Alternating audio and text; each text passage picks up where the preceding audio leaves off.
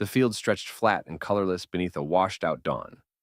The frost had gone soft overnight, and the wet grass bent beneath the weight of it. Near the edge of the pasture, where the land met the birch line, and an old fence lay half collapsed into the earth, a rabbit crouched beneath the broken boards. He was small and gray, his fur matted with dirt, one ear notched by something that had caught him once and let him go. The world around him was quiet but not safe. Every sound, the crows in the distance, the drip of meltwater from the fence post, the faint hum of wind across the frozen grass, pressed against him like a weight. He had learned, as all wild things do, that safety is not the absence of danger, but the art of being unseen. The farm beyond the field had been abandoned for years. The house sagged in on itself. The roof buckled where the snow had stayed too long. The windows were gray with dust, the porch swallowed by weeds. Only the fence remained in any shape, though most of it had fallen or sunk, its posts leaning like tired sentinels over the thawing ground. When the first light broke over the ridge, the rabbit stirred but didn't move. The sun came slow, thin, and cold, sliding through the trees in long stripes. A pair of crows landed on the fence rail above him, feathers shining oily black. They picked at the wood, muttering to each other in low croaks. The rabbit stayed still, heart hammering. One of the birds tilted its head, one bright eye glinting down through the crack, then it lost interest and flew off toward the house. A man appeared not long after, tall, wrapped in a brown coat patched at the elbows, his boots leaving deep marks in the mud. His name was Arthur May, and he'd come back to the property for the first time in a decade. He had inherited it from his father, though there wasn't much left to inherit. The land had grown wild, the fields too wet to plant, the barn a ruin of splintered wood and shadow. But it was his, and he didn't know what else to do. Arthur stopped by the fence, resting a hand on one of the leaning posts. It gave under his touch with a quiet groan. He looked out across the field and thought about mornings long ago. His father's voice, the bark of the old sheepdog, the smell of grain dust and rain. All of it gone now, swallowed by silence. Under the fence, the rabbit watched him. The man's boots were close, too close. A drop of water fell from the wood above, striking his back. He flinched but didn't run. He could smell the man, that heavy scent of oil and metal, of sweat and wind. It was a scent the rabbit didn't fear, but didn't trust either. Arthur crouched, examining the broken boards. Something in the dirt caught his eye. Small prints, delicate, leading in and out of the fence line. He smiled faintly. "Still some life left here," he murmured. The sound of his voice startled the rabbit, but not enough to move him. As the sun climbed, the light turned warmer, brushing gold across the grass. The rabbit finally eased forward, nose twitching. The man stood and walked away toward the house, his boots sinking softly in the thawing soil. For a brief moment, everything was still again. The air shimmered faintly with the rising warmth. The crows circled above, and the field began to hum with the small noises of day. The rabbit stepped from under the fence, each movement cautious, measured. He lifted his head toward the open pasture, the bright horizon beyond. But the world was too wide, too exposed. A shadow crossed him, a hawk, circling lazy and silent in the clear light. The rabbit froze.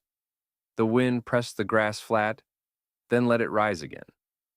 He turned, slipped back under the fence, and settled into the dark hollow of roots and soil where the sun couldn't reach. The morning passed him by. When Arthur looked out from the porch an hour later, coffee steaming in his hand, he saw the same stretch of land his father once did, but quieter, emptier. The fence leaned against the light, the grass swayed, and somewhere unseen, a small life waited for the world to move on. The man took a slow breath, eyes fixed on the field.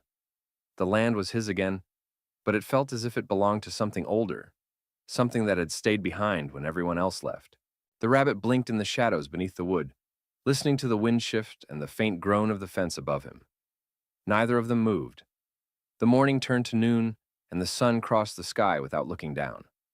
The fog held close to the ground that morning, blurring the edges of the field into a pale gray dream. Dew clung to every blade of grass, shining faintly where the light tried to push through. Beneath the broken fence, the rabbit waited, still as stone, pressed deep into the hollow he'd dug beneath the fallen board. The world smelled of wet wood, soil, and the faint sweetness of clover. Somewhere far off, a tractor coughed to life, and the sound rolled across the valley like a slow heartbeat. Arthur May had been awake since before dawn. He'd taken to walking the edge of the property every morning, boots sinking in the mud, coat collar turned up against the chill. The land was beginning to remember him. At least, that's what he told himself. Birds followed him now. The fox tracks he'd seen earlier had turned faint, the burrows quiet. He thought maybe the place was settling down again, accepting him or forgiving him. He reached the fence line just as the sun broke weakly through the fog. The boards looked worse than the day before. He set down his coffee thermos, braced the post, and pushed. The wood gave a long, tired creak, then held. "You'll stand another day," he muttered. Underneath, the rabbit trembled. The weight of the board above him shifted, the earth pressing down around his ribs. He stayed silent, frozen, waiting for the vibrations to pass. The man's smell was close. Earth, iron, smoke. It was not the scent of threat, not yet, but it filled the air the way thunder fills the horizon before a storm. Arthur knelt to tighten the wire, his hands rough and red from the cold. He caught sight of a small tuft of gray fur clinging to the splintered wood. "So there you are," he said softly, almost smiling. "Little tenant under my fence." He didn't reach in. He just looked, eyes following the tiny trail of disturbed earth that led beneath the shadow of the plank. He thought of his father then, the man who'd built this same fence 40 years ago, who'd taught him how to dig the posts and tie the wire tight so cattle couldn't break through. "A good fence," his father had said once, "keeps what you love safe and what you don't want out." Arthur had never been sure which side he stood on. By mid-morning, the fog had burned away. The light came sharp now, gold across the field.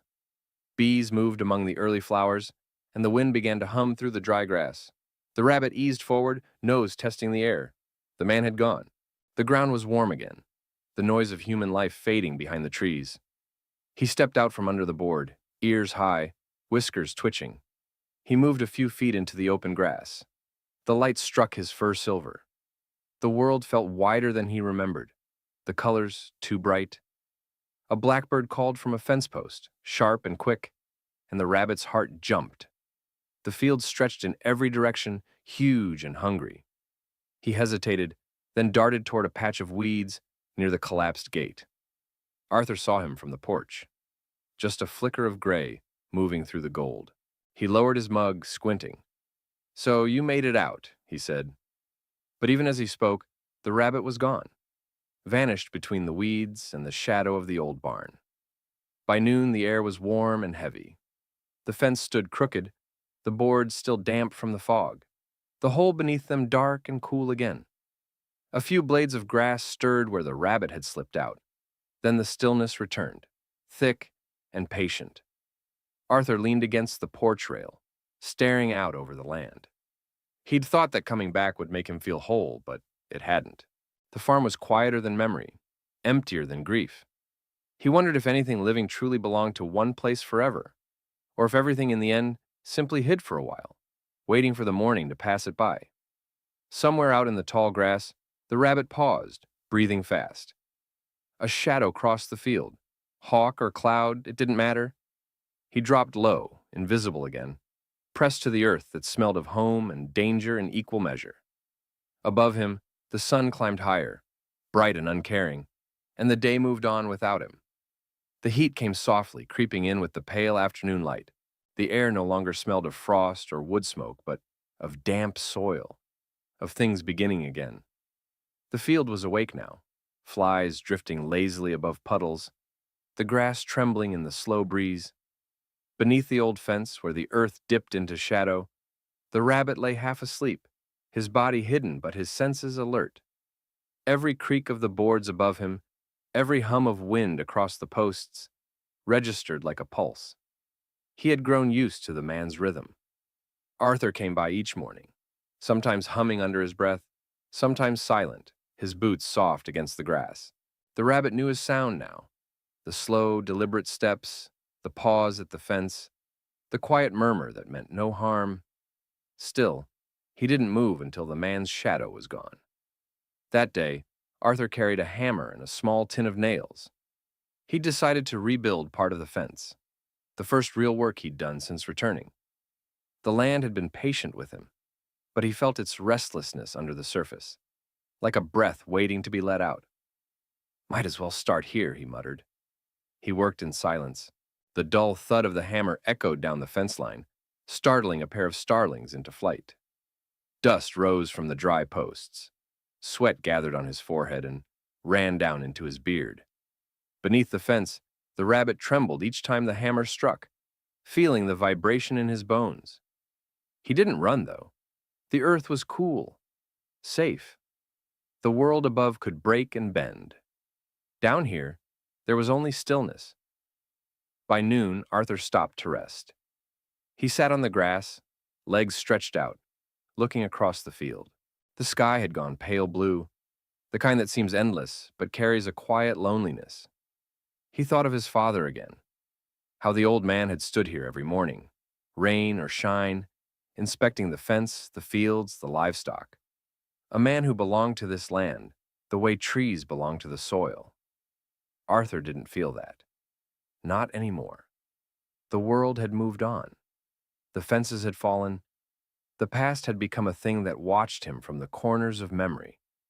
He reached for his canteen and poured a bit of water into the grass. The sound of it made the rabbit's ears flick. For the first time, the small animal moved, crept forward, slow and silent, until his nose reached the edge of sunlight. He could see the man's boots now, his hand resting in the grass, the glint of a small metal ring on his finger. The scent of iron and sweat filled the air. Arthur looked down and froze. A pair of dark eyes blinked up at him from under the board. For a long moment, neither moved. Then he smiled, faint and surprised. "So you're still here," he said quietly. "I figured you'd have gone back to the woods." The rabbit didn't understand the words, but he heard the tone, low, calm, without hunger. He held still a heartbeat longer, then slipped backward into shadow, gone before the man could blink. Arthur leaned closer, peering under the fence, but saw only darkness and the damp glimmer of roots. He sat there for a while, listening to the wind rustle through the tall grass. "Guess it's your place now," he said. His voice sounded strange in the open air, like something meant for no one. When he finally stood, the sun was high, burning white. He wiped the dirt from his palms and looked back toward the house. The fence still leaned, imperfect but standing, the kind of work that was never truly done. As he walked away, a faint breeze lifted the dust, carrying his scent into the field. Under the fence, the rabbit crept out again. The man's steps faded into the distance, replaced by the low hum of summer. He sniffed the air, twitching, and moved a little farther into the light. The grass was warm and the world smelled alive. For a brief, impossible moment, he forgot to be afraid. Then a shadow passed overhead, the hawk again, circling slow, soundless. The rabbit dropped low, pressed himself against the earth, heartbeat quick and hard. He waited for the shadow to move on, for the wind to shift. Minutes passed. The sky brightened. The field went still again, holding its breath. Then the rabbit slipped back under the fence, into the hollow where it was cool and dark and familiar. The hammer marks above him were new, the boards fresh, the scent of man strong. But beneath it, the earth was the same. By evening, the air cooled and the first crickets began to sing. Arthur stood on the porch, looking toward the fence line. A faint movement caught his eye, a twitch in the grass, gone almost before he saw it. He smiled without knowing why. In the hollow below the fence, the rabbit dozed, his sides rising and falling slowly. The light faded, the sound softened, and the day slipped away without touching him. Morning had passed him by, and now so had the afternoon. The world above moved on, busy with its small acts of survival, while he remained still, safe, forgotten, alive. By the time autumn came, the fields had turned the color of old straw. The grass moved in low, slow waves when the wind passed, whispering across the land like memory. The fence leaned farther now, its wood dark with rain, its wire sagging in long, tired lines. Beneath one fallen board, the rabbit still lived, smaller than before, thinner, but steady. His fur had deepened to a gray-brown that matched the earth. Even the hawk rarely saw him anymore. The mornings came colder. Mist hung close to the ground until well past dawn. The air smelled of wet leaves, of rust, of endings. Arthur May walked the fence line in a heavy coat, his boots breaking the frozen puddles as he went. He carried a mug of coffee that steamed in the cold air. The habit had become ritual now. The same path, the same silence, the same pause by the old fence, where life still lingered in the shadow of a board. He stopped where the wire hung loose and knelt to fix it. The mud was stiff with frost, cracking under his gloves. The land was changing. He could feel it in his bones, the way a man feels weather in old scars. The fields would be bare soon, and after that, snow. He wondered if he would last another winter here alone. Under the fence, the rabbit heard the creak of wood, the soft scrape of a hand on dirt. He had heard it many times before, but this morning it felt different. Slower, heavier. The man coughed once, and the sound carried down into the hollow like thunder. The rabbit twitched but didn't run. He had learned that most sounds passed by if you waited long enough. Arthur straightened with a sigh and looked out across the frost-tipped field. It glowed pale gold in the low light, beautiful in its emptiness. Somewhere, a crow called, a long, flat note that hung in the air and faded. He thought about his father again and his mother, and the countless mornings spent mending what could never be mended for good. A fence, a roof, a heart, all things that broke quietly and forever. He turned toward the house, but something in the corner of his eye caught his attention. A flicker of gray movement beneath the lowest board. He stopped. A small nose. Then two dark eyes appeared from the shadow, testing the air. "Well," Arthur said softly, voice rough with cold. "You're still here." He crouched, careful not to move too fast. The rabbit didn't bolt. It sat half in light, half in darkness, watching him. Its fur was thick now, its whiskers dusted with frost. For a moment, the two of them simply looked at one another, the space between them full of the quiet hum of the world waking. Arthur smiled, the first real smile he'd felt in months. "You and me," he murmured, both too stubborn to leave. The rabbit twitched an ear, but stayed where it was. The man reached slowly into his coat pocket, pulled out a crust of bread from breakfast, and set it down on the cold earth. He didn't wait to see what would happen. He stood, brushed the frost from his knees, and started back toward the porch. By the time he reached the door, the rabbit had already crept forward. He sniffed the bread, nudged it once, then took a small bite. It was dry and strange, but warm from the man's hand. He ate in quick, cautious motions, always watching the open sky. That afternoon, clouds rolled in from the north. The wind turned sharp, bringing the promise of snow. Arthur spent the day stacking firewood and sealing the windows with old tape and cloth.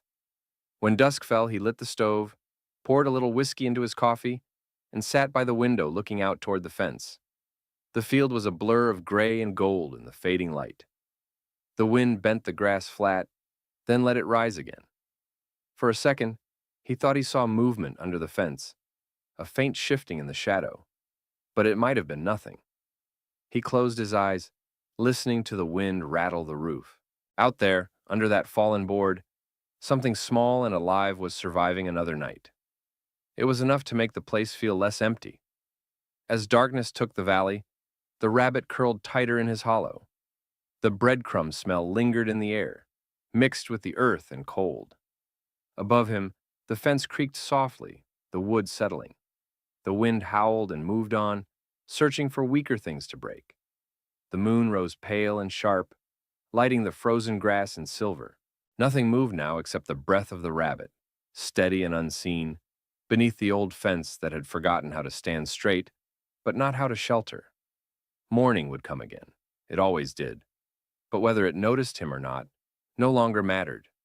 The fence leaned, the man watched, the world turned, and under the fallen wood, the rabbit endured, while another day slipped past him, quiet and unremarked, as morning once again passed him by.